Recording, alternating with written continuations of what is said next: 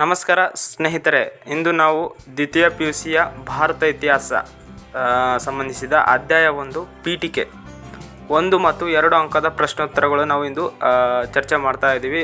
ಭಾರತ ಇತಿಹಾಸದ ದ್ವಿತೀಯ PUCಗೆ ಸಂಬಂಧಿಸಿದ ಅಧ್ಯಾಯ 1 ಪೀಠಿಕೆ ಎಂದು ನಾವು 1 ಮತ್ತು 2 ಅಂಕದ ಪ್ರಶ್ನೋತ್ತರಗಳನ್ನು ಇಂದು ನಾವು ಚರ್ಚೆ ಮತ್ತು ಉತ್ತರನೂ ಕೂಡ ಈ ವಿಡಿಯೋದಲ್ಲಿ ಕೊಡ್ತಾ ಇದ್ದೀವಿ. ನಮ್ಮ ಚಾನಲಲ್ಲಿ ಹೊಸರಾದರೆ ಸಬ್ಸ್ಕ್ರೈಬ್ ಮಾಡ್ಕೊಳ್ಳಬಹುದು. ಬೆಲ್ ಐಕಾನನ್ನು ಆಲ್ ಅಂತ ಸೆಲೆಕ್ಟ್ ಮಾಡಿದ್ರೆ ನಾವು ಯಾವುದೇ ವಿಡಿಯೋ ನೋಟಿಫಿಕೇಶನ್ ಬರುತ್ತೆ ಅಂತ ಹೇಳ್ತಾರೆ. ಇವತ್ತಿನ ವಿಡಿಯೋನ ಶುರು ಮಾಡೋಣ, ಬನ್ನಿ ಫ್ರೆಂಡ್ಸ್. ಸೊ ಇಲ್ಲಿ ನೋಡ್ತಾ ಇದ್ದೀರಲ್ಲ, 1 ಅಂಕದ ಪ್ರಶ್ನೆಗಳು.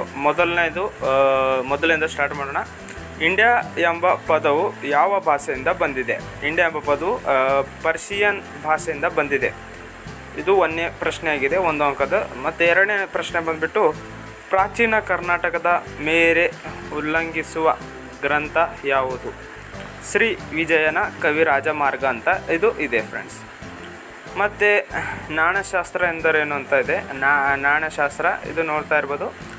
ಆಯಾ ಕಾಲದಲ್ಲಿ ಚಲನೆಯಲ್ಲಿದ್ದ ನಾಣ್ಯಗಳ ಸಹಾಯದಿಂದ ಇತಿಹಾಸವನ್ನು ತಿಳಿಯುವುದೇ ನಾಣ್ಯಶಾಸ್ತ್ರವಾಗಿದೆ. 3ನೇ ಪ್ರಶ್ನೆ ಇದಾಗಿದೆ. ಸೊ ಉತ್ಖನನ ಎಂದರೇನು ಅಂತ ಇದು 4ನೇ ಪ್ರಶ್ನೆ ಇದೆ, ಇದು ನೋಡ್ತಾ ಇರ್ಬೋದು. ಮೂಲಾಧಾರಗಳನ್ನು ಹೆಕ್ಕಿ ತೆಗೆಯಲು ಕೈಗೊಳ್ಳುವ ವೈಜ್ಞಾನಿಕ ಭೂ ಅಗತ್ಯವನ್ನು ಉತ್ಖನನ ಎನ್ನುವರು. ಸೊ 4ನೇ ಪ್ರಶ್ನೆ ಆಗಿದೆ. ಇದು 5ನೇ ಪ್ರಶ್ನೆ ನೋಡೋಣ. ಐಹೊಳೆ ಶಾಸನವು ಯಾರ ದಿಗ್ವಿಜಯಗಳನ್ನು ವಿವರಿಸುತ್ತದೆ? ಹಿಮ್ಮಡಿ ಪುಲಕೇಶಿ ಸಾಧನೆಗಳನ್ನು ವಿವರಿಸುತ್ತದೆ. ಓಕೆನಾ. ಮತ್ತು 6ನೇ ಪ್ರಶ್ನೆ ಬಂದುಬಿಟ್ಟು, ಬುದ್ಧ ಚರಿತ್ರೆಯನ್ನು ಬರೆದವರು ಯಾರು? ಬುದ್ಧ ಚರಿತವನ್ನು ಬರೆದವರು ಅಶ್ವಘೋಷ ಅಂತ 6ನೇ ಪ್ರಶ್ನೆ ಇದೆ. ಮತ್ತು 7ನೇ ಪ್ರಶ್ನೆ ಬಂದುಬಿಟ್ಟು, ಪ್ಲೀನಿಯ ಪ್ರಸಿದ್ಧ ಗ್ರಂಥ ಯಾವುದು? Natural historia. ಸೊ ಇದು 7 ಪ್ರಶ್ನೆಗಳು 1 ಅಂಕಕ್ಕೆ ಸಂಬಂಧಿಸಿದೆ. ಇನ್ನು 2 ಅಂಕದ ಪ್ರಶ್ನೆಗಳು ಇಲ್ಲಿ ನಿಮಗೆ ಕಂಡು ಬರ್ತದೆ, ನೋಡ್ತಾ ಇರ್ಬೋದು. ಭಾರತವನ್ನು ಪಶ್ಚಿಮದೊಂದಿಗೆ ಸಂಪರ್ಕಿಸುವ ಯಾವುದಾದರೂ 2 ಕಣಿವೆಯನ್ನು ತಿಳಿಸಿ. ಖೈಬರ್ ಮತ್ತು ಬೋಲಾನ್ ಕಣಿವೆಗಳು. ಸೊ ವಿಷ್ಣು ಪುರಾಣದ ಪ್ರಕಾರ ಭಾರತ ವ್ಯಾಪ್ತಿ ಏನು? ಸಾಗರದಿಂದ ಉತ್ತರಕ್ಕೆ ಮತ್ತು ಹಿಮಾಲಯದಿಂದ ದಕ್ಷಿಣಕ್ಕೆ ಇರುವ ಪ್ರದೇಶವೇ ಭಾರತದ ವ್ಯಾಪ್ತಿ. ಸೊ ಇದು 2ನೇದಾಯಿತು. ಸೊ ಇನ್ನು 3ನೇ ಪ್ರಶ್ನೆ ಬಂದುಬಿಟ್ಟು, ಭಾರತದ ಯಾವುದಾದರೂ 2 ಹೆಸರುಗಳನ್ನು ತಿಳಿಸಿ. ಹಿಂದೂಸ್ತಾನ್ ಮತ್ತು ಇಂಡಿಯಾ. ಈಸಿ ಪ್ರಶ್ನೆಗಳು ಇದ್ದಾವೆ, ನೋಡ್ತಾ ಇರ್ಬೋದು. ಮತ್ತು ಭಾರತದ ಯಾವುದಾದರೂ 2 ನೈಸರ್ಗಿಕ ಲಕ್ಷಣಗಳನ್ನು ತಿಳಿಸಿ.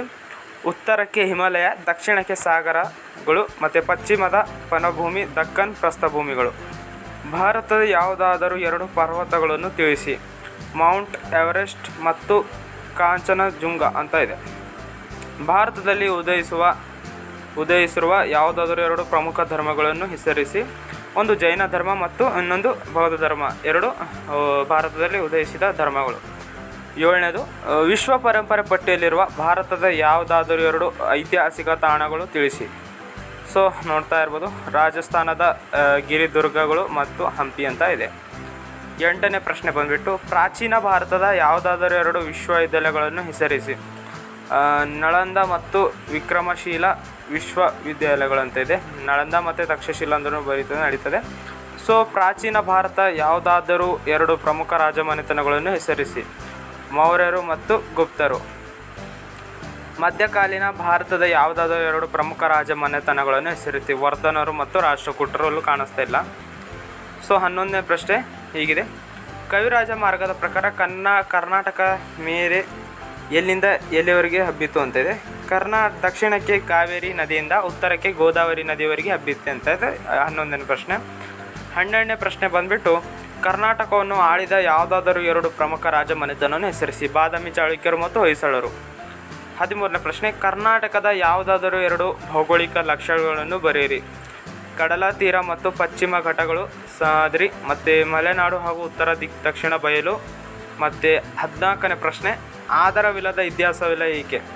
ಇತಿಹಾಸವು ಗತಿಸಿ ಹೋದ ಘಟನೆಯನ್ನು ವೈಜ್ಞಾನಿಕ ವಿಶ್ಲೇಷಣೆ ಆದುದರಿಂದ ಆಧಾರಗಳ ಅತಿಗತ್ಯ, ಆದ್ದರಿಂದ ಆಧಾರವಿಲ್ಲದ ಇತಿಹಾಸ. 15ನೇ ಪ್ರಶ್ನೆ.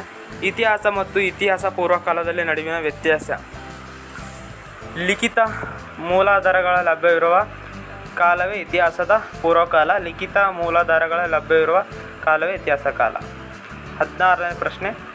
ಇತಿಹಾಸ ರಚನೆಯಲ್ಲಿ ನಾಣ್ಯಗಳಿಂದಾಗುವ ಯಾವುದಾದರೂ 2 ಉಪಯೋಗಗಳು. ನಾಣ್ಯಗಳು ಕಾಲ, ರಾಜವಂಶ, ಆರ್ಥಿಕ ಸ್ಥಿತಿ ಬಗ್ಗೆ ತಿಳಿಸುತ್ತದೆ. ಕಲಾ, ಕೌಶಲ್ಯ, ವ್ಯಾಪಾರ, ಸಂಬಂಧ ಬಗ್ಗೆ ಬೆಳಕು ಚೆಲ್ಲುತ್ತದೆ. ಸೊ ಇದು 16ನೇ ಪ್ರಶ್ನೆ. ಇದು 17ನೇ ಪ್ರಶ್ನೆ ನೋಡ್ತಾ ಇರ್ಬೋದು. ಇತಿಹಾಸ ರಚನೆಯಲ್ಲಿ ಶಿಲಾಶಾಸನಗಳ ಅತ್ಯಂತ ನಂಬಲಾರದ ಆಧಾರಕ್ಕೆ ಏಕೆ? ಸೊ ಅವು ಸಾಮಾನ್ಯವಾಗಿ ಸಮಕಾಲೀನ ಆಗಿರುತ್ತದೆ, ಮೌಲ್ಯಯುತ, ಪ್ರಮಾಣಬದ್ಧ, ನೇರ ಆಧಾರಗಳಾಗಿದೆ. 18ನೇ ಪ್ರಶ್ನೆ. ಪ್ರಾಕ್ತನ ಅಥವಾ ಪುರಾತತ್ವ ಆಧಾರ ಎಂದರೇನು? ಪ್ರಾಚೀನ ಮಾನವರು ಜೀವನ ಮತ್ತು ಚಟುವಟಿಕೆ ಅವಶೇಷಗಳನ್ನು ಪ್ರಾಕ್ತನ ಅಥವಾ ಪುರಾತತ್ವ ಆಧಾರಗಳು.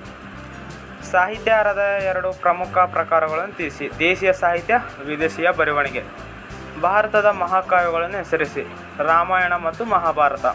21ನೇ ಪ್ರಶ್ನೆ. ಆರ್ಯಭಟನ ಕೃತಿಗಳನ್ನು ಹೆಸರಿಸಿ. ಸೂರ್ಯ ಸಿದ್ಧಾಂತ ಮತ್ತು ರೋಮಕ ಸಿದ್ಧಾಂತ. ಭಾರತಕ್ಕೆ ಭೇಟಿ ನೀಡಿದ ಇಬ್ಬರು ಚೀನಾ ಯಾತ್ರಿಕರನ್ನು ಹೆಸರಿಸಿ. ಹೊಯ್ಯಾನ್ ತ್ಸಾಂಗಿ ಮತ್ತು ಶಾಯನ್ ಅಂತ ಇದೆ. ವಿಜಯನಗರ ಭೇಟಿ ನೀಡಿದ ಯಾರಾದರೂ ಇಬ್ಬರು ವಿದೇಶಿಯರನ್ನು ಹೆಸರಿಸಿ. ಇಟಲಿಯ ನಿಕೋಲಾ ಕಾಂಟಿ ಮತ್ತು ಪರ್ಷಿಯಾದ ಅಬ್ದುಲ್ ರಜಾಕ್. ಸೊ ಇವು ಒಂದು ಅಂಕದ ಪ್ರಶ್ನೆಗಳು. ಇದು ಅಧ್ಯಾಯ 1ಕ್ಕೆ ಸಂಬಂಧಿಸಿದೆ. 1 ಮತ್ತು 2 ಅಂಕದ ಪ್ರಶ್ನೆಗಳು. ನೋಟ್ಸನ್ನು ಕೂಡ ಅನ್ಕೊಳ್ಳಬಹುದು ಇದು. ಸೊ ಇದಾಗಿತ್ತು ಫ್ರೆಂಡ್ಸ್. ಇವತ್ತು ನಾನು ನಿಮಗೆ 1 ಅಂಕದ ಪ್ರಶ್ನೆಗಳನ್ನು ತಿಳಿಸ್ಕೊಟ್ಟಿದ್ದೇನೆ ಮತ್ತು 2ನೇ ಅಂಕದನ್ನು ತಿಳಿಸ್ಕೊಟ್ಟಿದ್ದೇನೆ. ಮತ್ತು ನೆಕ್ಸ್ಟ್ ವೀಡಿಯೋದಲ್ಲಿ ಅಧ್ಯಾಯ 2 ಬಗ್ಗೆ ನಿಮಗೆ ತಿಳಿಸ್ಕೊಡ್ತೀನಿ. ನಮ್ಮ ಚಾನಲ್ಗೆ ಸಬ್ಸ್ಕ್ರೈಬ್ ಮಾಡಿಲ್ಲ ಅಂದರೆ ಸಬ್ಸ್ಕ್ರೈಬ್ ಮಾಡ್ಕೊಂಡು ಇಟ್ಕೊಳ್ಳಿ ಅಂತ ಹೇಳ್ತಾ ಈ ವಿಡಿಯೋನ ಇಲ್ಲಿಗೆ ಮುಗಿಸ್ತಾ ಇದ್ದೀನಿ. ಜೈ ಹಿಂದ್, ಜೈ ಕರ್ನಾಟಕ.